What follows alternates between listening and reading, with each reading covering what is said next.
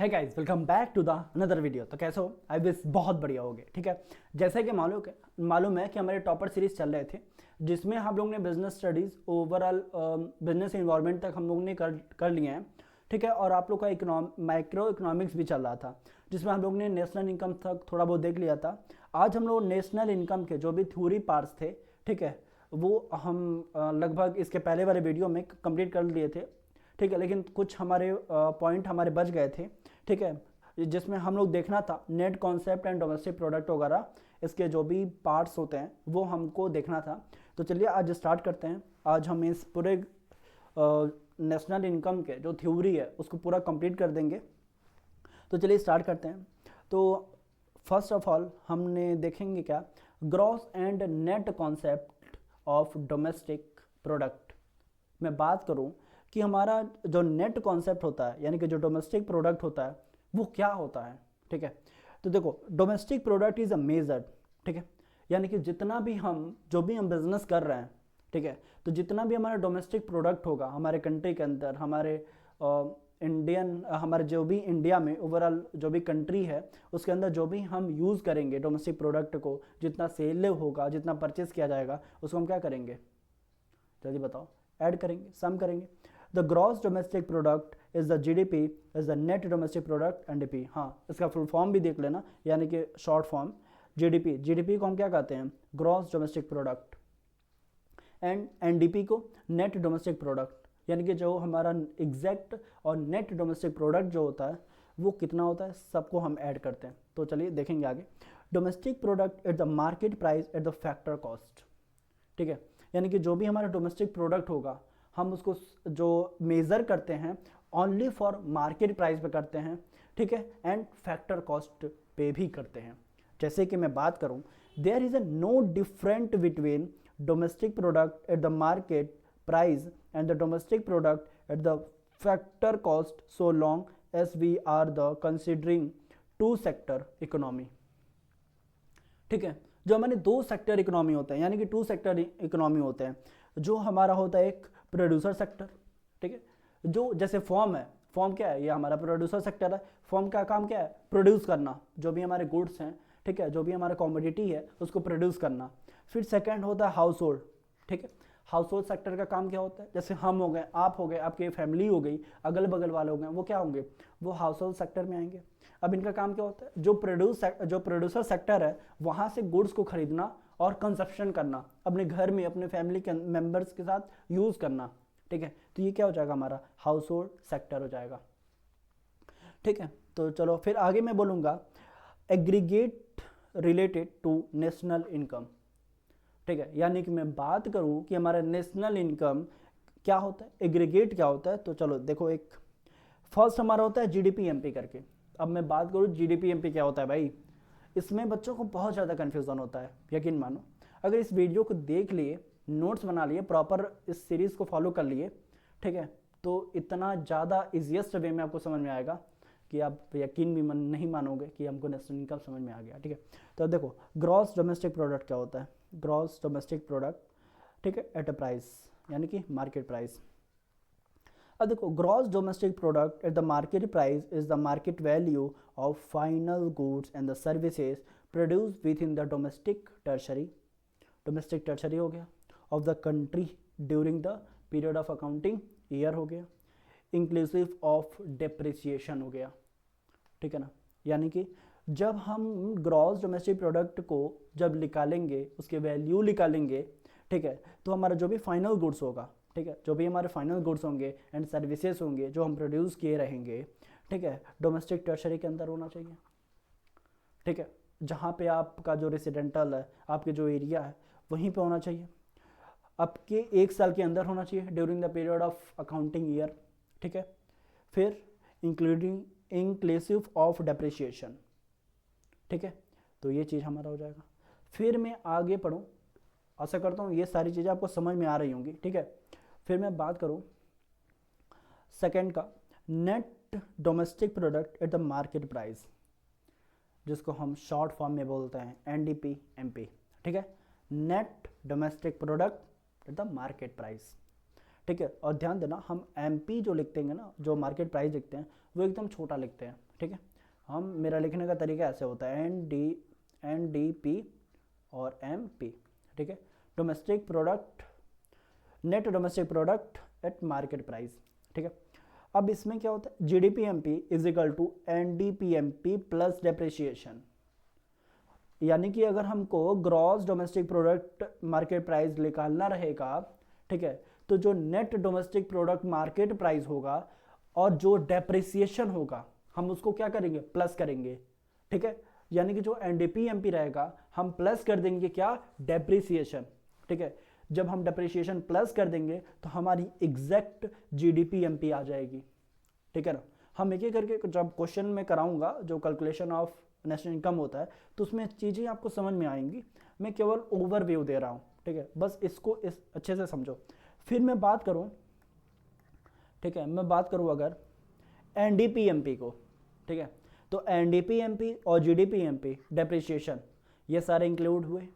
मुझे ये बताओ जीडीपी एमपी कब लिख लेगा भाई, जब एनडीपी एमपी को प्लस करोगे डेप्रिसिएशन के साथ, ठीक है। आप देखो लर्न भी होगा साथ में, ये वीडियो देख के जाओगे तो, ठीक है, आपको कॉन्फिडेंस आएगा जरूर, ठीक है। अब देखो फिर मैं बात करूँ gross national product at the market price, GDP MP, फिर जीडीपी जीएनपी, ठीक है।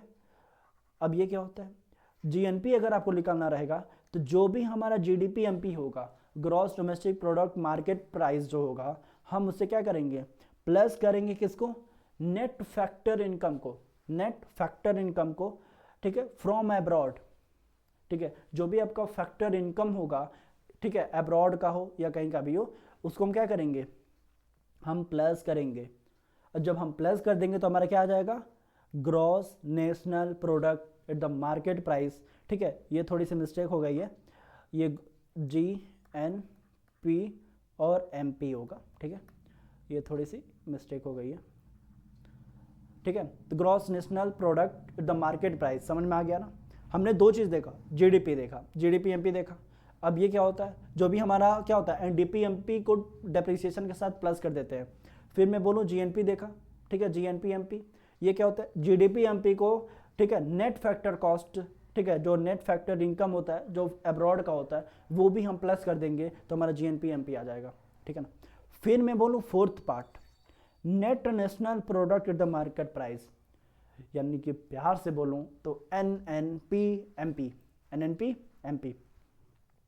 अब ये क्या होता है, एनएनपी एमपी निकालने का हमारे पास क्या होता है, जो इसके पहले जीडीपी एमपी निकाले थे उसको प्लस कर देंगे किसके साथ, net factor income from abroad, ठीक है। जो net factor income from abroad होगा हम एनडीपी एमपी को प्लस कर देते हैं, क्या निकालने के लिए, एनएनपी एमपी निकालने के लिए, ठीक है। आया ना समझ में, बहुत बढ़िया। तो आशा करता हूँ ये सारी चीज़ें आपको समझ में आ रही होंगी, ठीक है। जैसे मैं बता रहा हूँ, जैसे मैं एक्सप्लेन कर रहा हूँ उसी तरह इस नोट्स को लिखो और खुद से पढ़ो, एक बार रीड करो, यकीन मानो आ जाएगा। फिर मैं बात करूँ gross domestic product at the factor cost, ठीक है। Gross domestic product at the factor cost, जिसको हम प्यार से बोलते हैं जीडीपीएफसी, ठीक है, जीडीपीएफसी। अब ये कैसे निकलता है देख लो भाई, जब आपको जीडीपीएफसी निकालना रहेगा तो जो कंपनसेशन है ऑफ एम्प्लॉय का उसको प्लस कर दोगे, जो कंपनसेशन है एम्प्लॉय का उसको प्लस कर दोगे। फिर जो रेंट है, हमने ये सारा बता दिया भाई, ये सारा इसके पहले वाले वीडियो में बताया हूँ, ठीक है। जो रेंट है एंड जो इंटरेस्ट है, जो प्रॉफिट है और जो डेप्रिसिएशन है, इन सबको प्लस कर दोगे। क्यों प्लस करोगे, क्योंकि भैया हमको फैक्टर कॉस्ट निकालना है, एफसी निकालना है, फैक्टर कॉस्ट। जब इन सबको प्लस करोगे तो हमारा क्या निकल के आएगा, जीडीपी, ठीक है, एफसी निकल के आ जाएगा, जीडीपी एफसी निकल के आ जाएगा, ठीक है। जो हमारा एम्प्लॉय का कंपनसेशन है, जो रेंट है, जो इंटरेस्ट है, जो प्रॉफिट है, जो डेप्रिसिएशन है, जब हम इन सबको प्लस करेंगे तो हमारा क्या निकल के आएगा, जीडीपी एफसी आएगा, ठीक है ना, बहुत बढ़िया। फिर मैं बात करूं 6 का, net domestic product at the factor cost, प्यार से बोलें तो एनडीपीएफसी, ठीक है, सॉरी ये कट गया, ठीक है, एनडीपीएफसी। अब ये क्या होता है, जब आपको एनडीपीएफसी निकालना रहेगा, ठीक है, इसके पहले वाला जो था उसी से रिलेट करना है, ठीक है, अभी जो जीडीपी एमपी पढ़े हो उसी से ही रिलेट करना है, बस एमपी की जगह क्या लग जाएगा, एफसी लग जाएगा, फैक्टर कॉस्ट, ठीक है।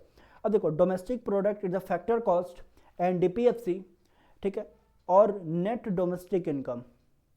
अब ये कैसे निकालोगे, देख लो भैया, जब आपको एनडीपीएफसी निकालना रहेगा तो कंपनसेशन ऑफ एम्प्लॉय, ठीक है, जो भी एम्प्लॉय होगा उसकी जो कंपनसेशन है उसको प्लस करोगे, फिर रेंट को प्लस करोगे, फिर इंटरेस्ट को प्लस करोगे, प्रॉफिट को प्लस करोगे, तो हमारा क्या निकल के आएगा, एनडीपीएफसी निकल के आ जाएगा, एनडीपीएफसी निकल के आ जाएगा। फिर मैं बात करूं जीडीपी की, जीडीपी क्या होता है, GDP is equal to NDP plus depreciation, ठीक है, जो तुम्हारा एनडीपी था और जो डेप्रिसिएशन था उसको जब प्लस किए तो हमारा जीडीपी निकल के आ गया, ठीक है। फिर मैं बात करूं जब हमारा एनडीपी निकालोगे, ठीक है, तो अब ये कैसे आएगा, जीडीपी माइनस कर दोगे डेप्रिसिएशन, जो हमारा जीडीपी जो निकाले थे उसमें से जो माइनस कर दोगे क्या, डेप्रिसिएशन, जाहिर सी बात है ना, अब तुम जीडीपी निकाल के रखो, जो माइनस कर दो डेप्रिसिएशन तो हमारा क्या आ जाएगा, एनडीपी आएगा, ठीक है। तो आशा करता हूँ ये सारी चीज़ें आपको समझ में आ गई होंगी, एमपी में एफसी में क्या डिफरेंस है, कैसे निकालते हैं, ये सारी चीज़ें आपको समझ में आ रही होंगी। अब देखो आगे 7 part, gross national product at the factor cost, जिनको हम प्यार से बोलते हैं जीएनपीएफसी, ठीक है, जीएनपीएफसी। मैं बात करूँ जीएनपीएफसी की तो ये क्या होता है, GDPFC plus net factor income from abroad, ठीक है ना, GDPFC plus net factor income from abroad, जब इन सारी चीज़ों को जब तुम प्लस करोगे तो हमारा क्या निकल के आएगा, जीएनपीएफसी निकल के आएगा, आएगा ना, आएगा ना, बहुत बढ़िया। फिर मैं बात करूँ 8, net national product at the factor cost, जिसको हम प्यार से बोलते हैं एनएनपीएफसी, ठीक है, net national product at the factor cost, ठीक है, एनएनपी जिसको हम बोलते हैं। फिर मैं बात करूँ एनएनपीएफसी, जिसमें हमारा क्या होता है, GDPFC net domestic product factor cost को हम प्लस करेंगे, किसके साथ करेंगे, जो भी आपकी नेट फैक्टर इनकम होगी फ्रॉम अब्रॉड की, ठीक है, जब हम प्लस करेंगे तो हमारा क्या आ जाएगा, एनएनपीएफसी आ जाएगा, ये ऑलरेडी आता है भाई तुम लोग को। फिर मैं बात करूँ जीडीपीएफसी, इसमें क्या करोगे, जीडीपीएफसी में compensation of employee, rent, interest, profit plus करना है, जब प्लस कर दोगे तो क्या आ जाएगा, एनडीपीएफसी आ जाएगा, ठीक। फिर मैं बात करूँ NDP is equal to compensation, यानी कि जो हमारा एनडीपी होता है वो compensation of employee, rent, interest, profit plus net factor income from abroad, जब इन सबको प्लस करोगे ना तो वो इक्वल होता है एनडीपी के, ठीक है, नेट डोमेस्टिक प्रोडक्ट के, ठीक है। तो आशा करता हूँ ये सारे 8 के 8 पार्ट आपको लर्न हो गए होंगे, ठीक है, लर्न क्या, एकदम कंटेस्ट हो गया होगा, कंटेस्ट हो गया होगा, अगर नहीं भी हुआ होगा अगर आपको, तो आप एक बार अच्छे से कॉपी पे लिखना, ठीक है, अगर इस वीडियो को देख रहे हो तो भैया खाली हाथ में पिक्चर नहीं दिखा रहा हूँ, ठीक है, ठीक है, बस आपको क्या करना है, एक रफ कॉपी लेके बैठो, पेन लेके बैठो, जितना हमारा पीपीटी पे लिखा हुआ है, ठीक है, जितना मैं बता रहा हूँ उसी हिसाब से टिक लगाओ और लिखो, नोट करो, उसके बाद देखो क्या कॉन्फिडेंस आ रही है, ठीक है ना। अब मैं बात करूँ, ये सारी चीज़ें तो समझ में आ गई, ठीक है। फिर मैं बात करूँ आगे पार्ट नंबर 6, ठीक है, नॉमिनल एंड रियल जीडीपी। अब ये क्या होता है भाई, नॉमिनल जीडीपी क्या होता है, रियल जीडीपी क्या होता है, तो भैया देख लो, मैं बात करूँ पहले नॉमिनल की, ठीक है, नॉमिनल जीडीपी की। अब ये क्या होता है, it refers to the GDP at the current price, it is the market value of the final goods and services produce within the domestic territory of a country during the accounting year, ठीक है। जब हमारा current price में जो GDP चल रही है, ठीक है, जो भी हमारी मार्केट वैल्यू है फाइनल गुड्स एंड सर्विसेज का, जब हम प्रोड्यूस करेंगे विथ इन अकाउंटिंग ईयर के अंदर, विथ इन कंट्री के अंदर और विथ इन डोमेस्टिक टर्शरी के अंदर, तो हमारा क्या हो जाएगा, जल्दी बताओ, नॉमिनल जीडीपी। यही करना भी, यही है बस। अब इसका तरीका मैं बोलूँ, nominal GDP is equal to तो क्यू इनटू प्राइस, ठीक है, हम क्या देखेंगे, किस पे फोकस करेंगे, क्वांटिटी पे, उसके बाद फोकस करेंगे प्राइस पे। आप कुछ खरीदने जा रहे हो तो ऐसा थोड़ी ना कि भैया कुछ भी और कितना हो भी लेके आ जाओगे। पहले आपके जेब में देखोगे भैया पैसा कितना है, फिर पैसा देखोगे भैया, फिर देखोगे अपने पैसे के हिसाब से हम कितना खरीदें, ठीक है, कितना खरीदें कि हम सेटिस्फेक्शन हमें मिल जाएगा, हम सेटिस्फाई हो जाएंगे, ठीक है। तो बस वही चीज़ होता है।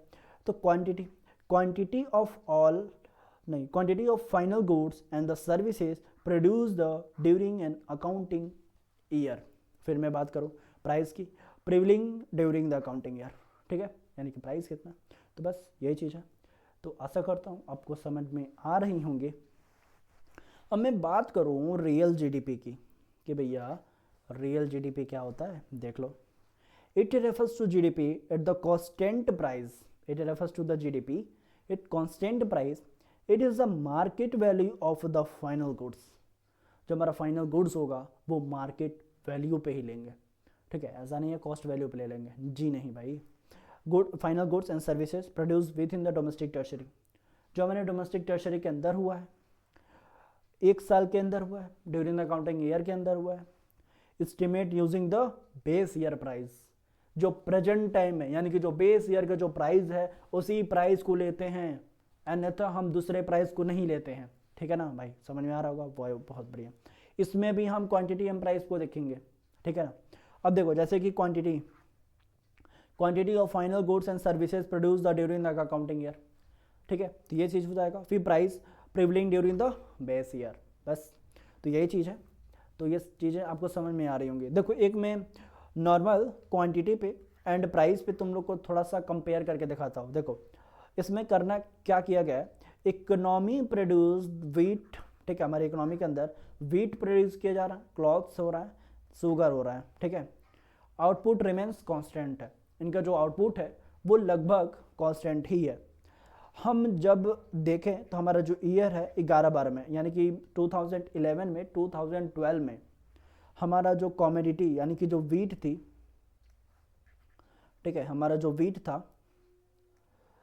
वीट क्लॉथ शुगर, इन सारी चीज़ों का कंपैरिजन है। तो जो क्वांटिटी हमारा जो वेट था जो 11-12 के अंदर वो 20 टन्स था वीट की प्राइस, मतलब क्वांटिटी। फिर हमारा जो क्लॉथ था वो 100 मीटर था, शुगर जो था वो 5 मीटर था, ठीक है, ध्यान देना। फिर जब हम वीट 20 टन ले लिए, उसकी जो प्राइस हम लगाए, ठीक है, उसकी प्राइस तो 1000 पर टन था, ठीक है, सॉरी 1000 नहीं, सॉरी इट्स माय मिस्टेक, 100 पर टन था, ठीक। तो जब हम गेहूं अगर खरीदना है हमको, ठीक है, तो 20 टन गेहूं खरीदेंगे तो हमें 100 रुपये देना पड़ेगा, 100 रुपये पर टन का देना पड़ेगा। जिसकी प्राइस हमको टोटल 20 टन लेंगे तो हमको 2000 रुपये खर्च करना पड़ेगा, ठीक है, एकदम ईजीएस्ट वे में बता रहा हूँ, ध्यान से सुनना। चलो अब मान लो हमने खरीद लिया, ठीक, वीट तो खरीद लिया। जब हमको शुगर खरीदना रहेगा, अगर नहीं सॉरी क्लॉथ खरीदना रहेगा, अगर हमको 100 मीटर भी क्लॉथ अगर खरीदना है, ठीक है, 100 मीटर यानी कि जो क्वांटिटी थी मान लो 100 मीटर खरीदना है, जिसकी प्राइस थी 5 रुपये पर मीटर, 5 रुपये पर मीटर, ठीक है। जब हम इसको खरीद लिए, ठीक है, तो हमारी टोटल पैसा कितना मुझे देना पड़ेगा, 500 रुपये, ओनली 500 रुपीज़, ठीक है। जब शुगर की बारी आई, जब हमने चीनी खरीदा, शुगर 5 टन खरीदा, मान लो 5 टन हमने खरीद लिया, उसकी प्राइस कितनी देनी है मुझे, 500 पर टन, ठीक है, 500 रुपये ओनली पर टन पे लगेगा। जब हमने ये खरीद लिया तो हमको पैसा कितना देना है, 2500 रुपये, 2500 रुपीज़ हमको देना है। चलो भैया बहुत बढ़िया। जब हम सपोज कर लो आज तो 2024-25 आने वाला है, हम 2021-22 को ही ले लेते हैं। जब हमको आज के दौर पे मान लो 24-25 ही ले लो, जब आज के दौर पे अगर तुम वीट खरीदने जाओगे, ठीक है, वीट खरीदने जाओगे 20 टन का ही, उतना ही जब जितना हम 11-12 में खरीदे थे, आज के ज़माने में अगर खरीदने जाओगे 20 टन, जिसकी प्राइस कितनी हो गई है, 1000 पर टन, ठीक है। जब हम इसकी पैसा देंगे तो हमारा हो जाएगा 20,000 रुपये 20 टन का। समझ रहे हो कंपैरिजन? यहाँ पे 2,000 दे रहे थे और यहाँ पे हम 20,000 रुपये देंगे। ठीक, यानी कि हम ये सारी चीज़ें जब हम खरीदे थे तो हमारा 5,000 रुपये में हो गया था। ठीक है, 5,000 रुपये में सारा चीज़ें हो गई थी, लेकिन इस समय प्रेजेंट टाइम में हमारा क्या हो रहा है? पॉसिबल ही नहीं है मेरे भाई, पॉसिबल ही नहीं है। समझ रहे हो? कपड़ा हमको खरीदना, अगर मान लो 12, अगर हम 100 मीटर आज के ज़माने में खरीदें, ठीक है, 20 मीटर हम खरीद रहे हैं तो हमको कितना देना पड़ेगा? 20 रुपये पर मीटर है। हम 100 मीटर खरीद लिए तो मेरा एग्जैक्ट 2,000 रुपये हो जाएगा। 2,000 रुपये खर्चा हो जाएगा बस ये कपड़े लेने के लिए। कितने मीटर? 100 ही मीटर में। फिर मैं बात करूं शुगर की, 5 टन अगर मैं खरीदूं, ठीक है, जिसकी प्राइस यहाँ पे कितनी थी? यहाँ पे मिस्टेक हो गया, मान लो 20 यहाँ पे मान लो, ठीक है, तो कितनी हो जाएगी हमारी? 20 नहीं, मान लो ये शुगर था यहाँ पे 5 टन, यहाँ पे 500 पर टन। ठीक है, चलो मैं इतना ही खरीद लेता हूँ। मान लो इसके हिसाब से अगर मैं 500 ले लूँ, ठीक है, इतना हो जाएगा। तो अब मैं अगर शुगर आज के ज़माने पे ख़रीदूँ, प्राइस हमारी इतनी हो गई है 500 रुपये टन, ठीक है, तो हमारी क्या हो जाएगी? जल्दी बताओ भाई, इंक्रीज़ हो जाएगी। ठीक है, यानी कि 8,000 रुपये हमारा लगभग हो जाएगा। ठीक है, तुम इसके हिसाब से कोई भी प्राइस ले सकते हो, यानी कि ओवरऑल आपको कंपेयर समझ में आ रहा है। ठीक है, ओवरऑल हमारी जो कंपैरिजन है वो सारी चीज़ें समझ में आ गई। अब जब हम इन सबको टोटल करेंगे तो हमारी 30,000 रुपये की क्या हो गई है? खर्चा 30,000 रुपये हमारे लगेंगे, और यहाँ पे 5,000 रुपये लगेंगे टोटल भाई, 5,000 रुपये। समझ रहे हो? तो समझ लो इस समय का और 2011-12 में 11-12 में क्या स्थिति है, कितने रुपए का गैप हो गया प्रेजेंट टाइम में अगर देखा जाए तो। ठीक है ना? तो बस ये सारी चीज़ें थी, आशा करता हूँ ये सारी चीज़ें समझ में आई होंगी। यहाँ पे तुम अपने अनुसार कुछ भी रख सकते हो, कोई दिक्कत नहीं है। मेरा मोटिव था ये टॉपिक समझाना। चलो अब मैं आगे बढ़ूँ। ठीक है, आगे बढ़ूँ। देखो यहाँ पे 500 टन है, यहाँ पे थोड़ा सा अलग है। इसमें क्या था, हमने क्या देखे थे? Product wheat cloth sugar output remains constant. यहाँ पे क्या है? Wheat cloth and sugar. ठीक है, चलो एक और एग्जांपल ले लेते हैं। जब हमारे 11-12 में वीट शुगर वीट क्लॉथ, जो भी वीट थे, क्लॉथ से शुगर थे, ठीक है, 20 टन इसमें वो ले लिया, 100 मीटर ले लिया, ये 5 मीटर ले लिया। इसकी प्राइस इतनी थी, क्लॉथ की 5 थी और ये 5 पर टन था। जब हम इसको टोटल किए तो 5,000 रुपये लगा। सेम यहाँ पे वीट हमारा 30 टन है, 2000 मान लो आज के ज़माने में, 2021-22 के ज़माने में लगभग। फिर इतना हुआ, पैसा खर्चा हुआ 20,000 रुपये। फिर इसी के हिसाब से 1 मिनट, यहाँ पे मुझे लग रहा है कुछ मिस्टेक, नहीं ऐसा कुछ मिस्टेक नहीं है, बस वहीं पे मिस्टेक था। चलो ठीक है, फिर मैं बात करूँ क्लॉथ 200 मीटर ख़रीदा इतना तो हमारा 1,000 रुपये आ गया। फिर शुगर हमने 10 टन ले लिया, पर टन की 500 रुपये थी, हमने 5,000 रुपये खर्चा किया, टोटल हमारी 9,000 रुपये हो गई। ठीक है, तो ये सारी चीज़ें भी होती हैं। 9,000 रुपये नहीं, ये इट्स मिस्टेक है भाई, मिस्टेक हो गया। यहाँ पे 9,000 रुपये नहीं होंगी, हम इसको कट करके इरेज करके, ठीक है, हम कितना हो जाएगा? 29 हो जाएगा ना, नहीं 26 हो जाएगा, 26। ठीक है, यानी कि कहाँ 5,000 रुपये और कहाँ 26,000 रुपये। ठीक है, समझ रहे हो कितना बड़ा गैप है, कितने बड़ा, मतलब इस समय उस समय के ज़माने में 11-12 कितना ही साल हो रहा है, 10-11 साल की तो मैं बात कर रहा हूँ। ठीक है, आज मान लो 25 आने वाला है तो 13 साल मान लो, 14 साल मान लो। ठीक है, अब बताओ इस समय और 2013, 11-12 का समय कितना ज़्यादा डिफरेंस आ गया हमारे इस इनकम में, इकोनॉमी में। फिर मैं बात करूँ conversion of nominal GDP into the real GDP. ठीक है, कन्वर्जन क्या था नॉमिनल जीडीपी में? अब देखो, real GDP at the GDP at constant price, ठीक है, GDP at the price current price, फिर प्राइस इंडेक्स इनटू 100। ये हमारे क्या है? रियल एंड जो भी जीडीपी वगैरह होता है वो निकालने का हमारा तरीका होता है। जो भी हमारे करेंट प्राइस का जो जीडीपी होगा वो, और जो प्राइस होगा वो दिया रहेगा, फिर उससे इनटू कर दोगे 100 से, तो हमारे क्या हो जाएगा? रियल जीडीपी आ जाएगा। ठीक है, अब मैं बात करूँ जीडीपी एंड वेलफेयर क्या होता है। ध्यान से सुनना, आखिरी टॉपिक है। ठीक है, ये आखिरी टॉपिक है सारा। अब देखो, real GDP is considered the index of welfare of the people. Welfare of the people is measured in the term of availability of goods and services per person. Increase in the real GDP means the increase in the level of output the economy, ठीक है ना। तो ये चीज़ होता है।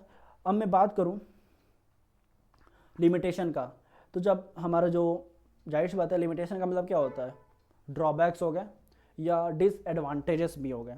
तो जब ये सारी चीज़ें करोगे तो फर्स्ट हमारा है डिस्ट्रीब्यूशन, कंपोजिशन ऑफ जीडीपी भी होगा, नॉन मॉनेटरी एक्सचेंज भी होंगे एंड एक्सटर्नलिटीज़ भी होंगे हमारे इकोनॉमी के अंदर, ठीक है। और इसी के साथ आपका ये पूरा ओवरऑल इकोनॉमी का जो थ्योरी पार्ट थी वो ख़त्म होता है, कंप्लीट होता है।